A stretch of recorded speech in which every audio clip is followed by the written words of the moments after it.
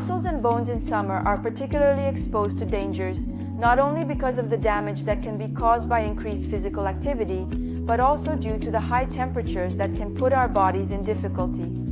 As Dr. Cancian, a physician, radiologist, and oncologist at Cittadella Hospital explains. Good morning, everyone. I am Dr. Luca Cancian. I am a medical radiologist and oncologist, and I direct the radiology of Cittadella Hospital. Are there issues that you encounter most in the summer, and why? This time of year is a special time because people want to go out, even more so in this year here when we come out of 2 years of downtime. They want to go out, moving around, doing activities, and also living life in the evening. And so this whole set of habits that are perhaps very different than the daily habit when you work so you have a more regular life can lead to issues.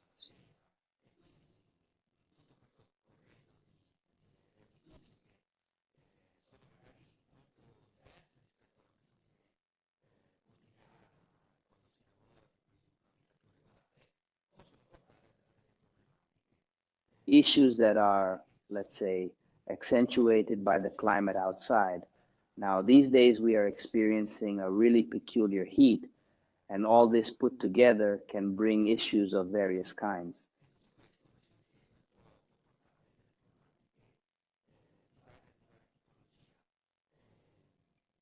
In short, we all know very well that when you go on vacation, you tend to have more physical activity, you feel more free, more athletic, so you try so many things during this holiday period. You go from eating something that maybe was regular or even restrictive before in order to achieve the coveted fitness weight, and then instead go out to dinner every night and maybe even exaggerate a bit with food and with alcohol.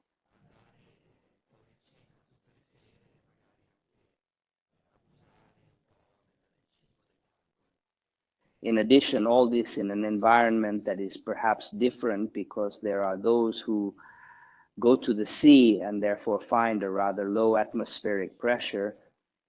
They often dive into the water. On the other hand, there are those who go to the mountains where we have a more rarefied area and a completely different situation. So all this can lead to various issues. Then add to this the fact that many patients may have chronic conditions that they keep under control with certain medications. For example, cardiovascular diseases rather than diabetes, rather than neurological disorders or endocrinological such as thyroid.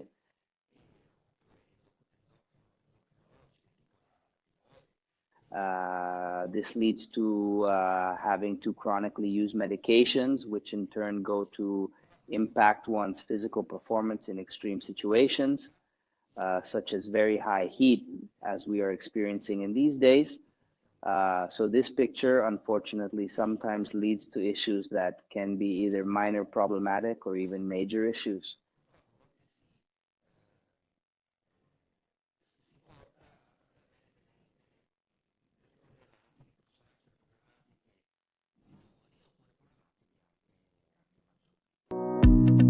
Do heat waves cause other issues as well?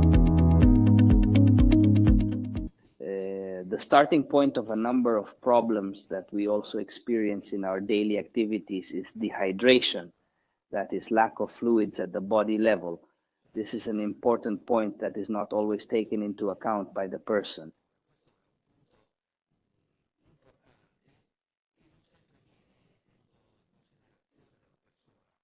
Because one is not used to hydrating, because one lives in air-conditioned offices, so normally one is not used to taking in a lot of fluids, or because of age issues where one's sense of thirst comes to wane, or even because of ongoing drug therapies.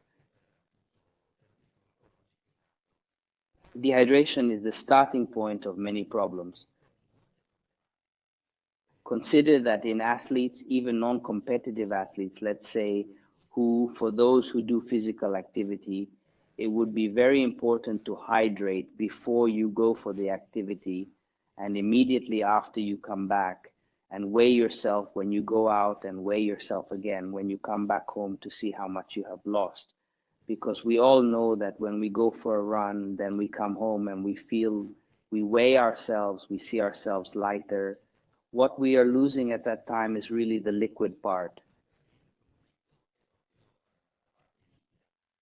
If the loss is within 2% of one's weight, it is a physiological loss that absolutely must be replenished, however. So we have to be aware that we need to hydrate both before and after. For those who go on vacation to places with a hot climate, it is absolutely essential to acclimatize to the climate outside. So when one arrives at a vacation spot where the temperature is high, one should try not to do too much physical exertion. That is, do not go out and run for 3 hours in the morning, but start with 1 hour a day at least for 4 or 5 days, so that one's body gets used to and adapts to the temperature outside. These are tips that are recommended also for professional athletes.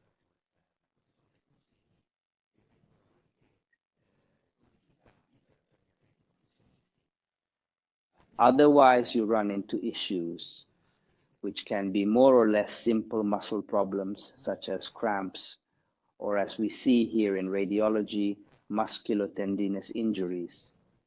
Typical is the Achilles tendon injury, which occurs more on those who have a non-constant physical activity and performed perhaps in situations of extreme heat with dehydration, even to the point of a state of heat exhaustion and heat exhaustion of one's physical strength, with symptoms that can range from nausea, headache, dizziness, and even vomiting, precisely due to this extreme effort that the physique is undergoing to be able to balance its temperature compared to what it is externally.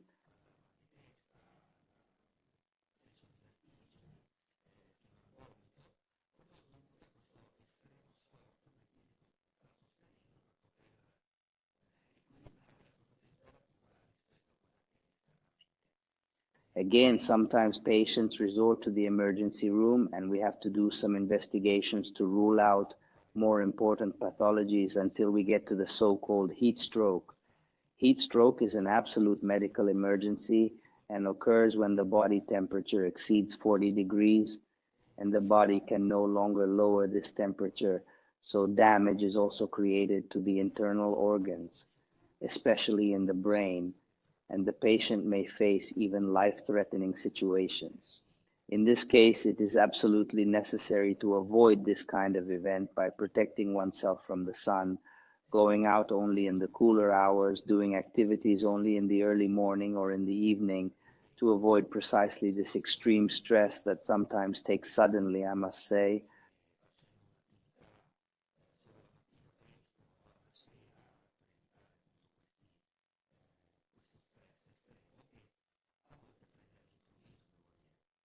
And in these cases in our department, when they come, fortunately, these extreme cases are rare, we always have to make a differential diagnosis with a stroke. The patient undergoes brain CT scan or MRI because his main symptoms are at the neurological level. Are there heat-related issues that we don't know are related to it? Yes, you're quite right. There are issues that are less known by the population. However, it is fair to point out. When a patient goes on rather restrictive diets that allow them to lose weight quickly, these are often also a bit unbalanced toward a high protein part. It puts the kidney function a bit at risk because the excess protein is secreted by the kidneys and the kidneys become fatigued. If we add to this dehydration due to the heat and the lack of culture to hydrate constantly, we have a very rapid formation of kidney stones. So a situation that typically happens in the summer are patients who may be young and not just elderly, who go to the emergency room for sudden colic, who are then diagnosed by ultrasound with kidney stones that the patient had no idea about because they form in a very short time due to the precipitation of calcium oxalates.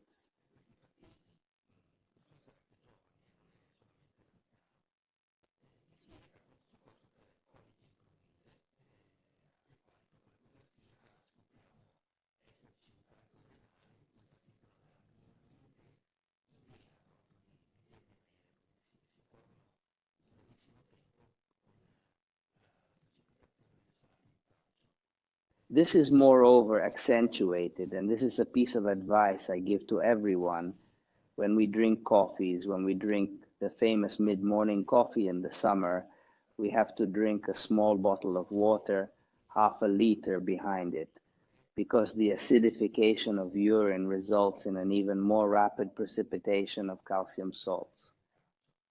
So the trick is always that try to hydrate as best you can. Always similar mechanism, not quite the same, but similar, are gallstones, that is liver stones.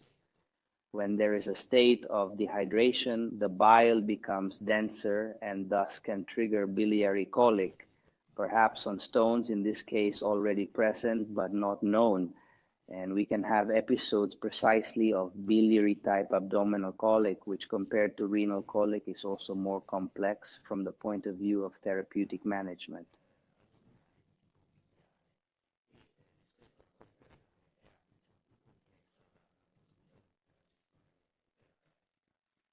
So the advice is really to do not overdo it. Do not expose yourself to situations dangerous from the point of view of sunstroke and heat, and to hydrate constantly. So drink a lot of water without having restraint about how much water you drink.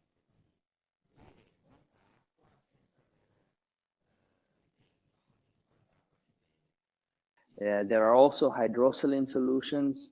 If one is doing, let's say, more sporting activity, that also allow supplementation of mineral salts, especially sodium and magnesium, which are the first to be lost. So there are also these supplements in the pharmacy one can inquire about that one can add to the water bottle.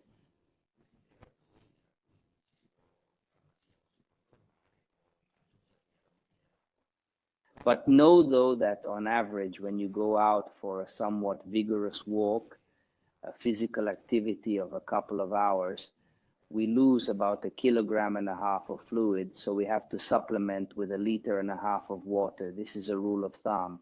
Then there are those who lose more, those who lose less. This also depends a little bit on one's physique, one's muscle mass, one's weight, and the weather outside, because if we have a hot but dry outside climate, we will lose some fluid. If we have a humid outside climate, the fluid loss will be even more. But as a general guideline, we know that 1.5 liters of fluids have to be supplemented when we go for a bike ride rather than a somewhat intense walk or even a run.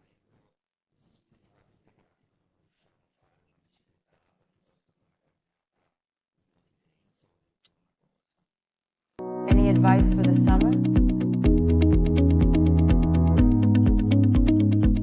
I advise everyone to enjoy this summer, which is a bit of a summer of birth. Even the Times ranks us as the best country in the world to spend your vacation. And with great satisfaction, this year, Italy is peacefully invaded by tourists, including foreigners, because Italy is the most beautiful country in the world.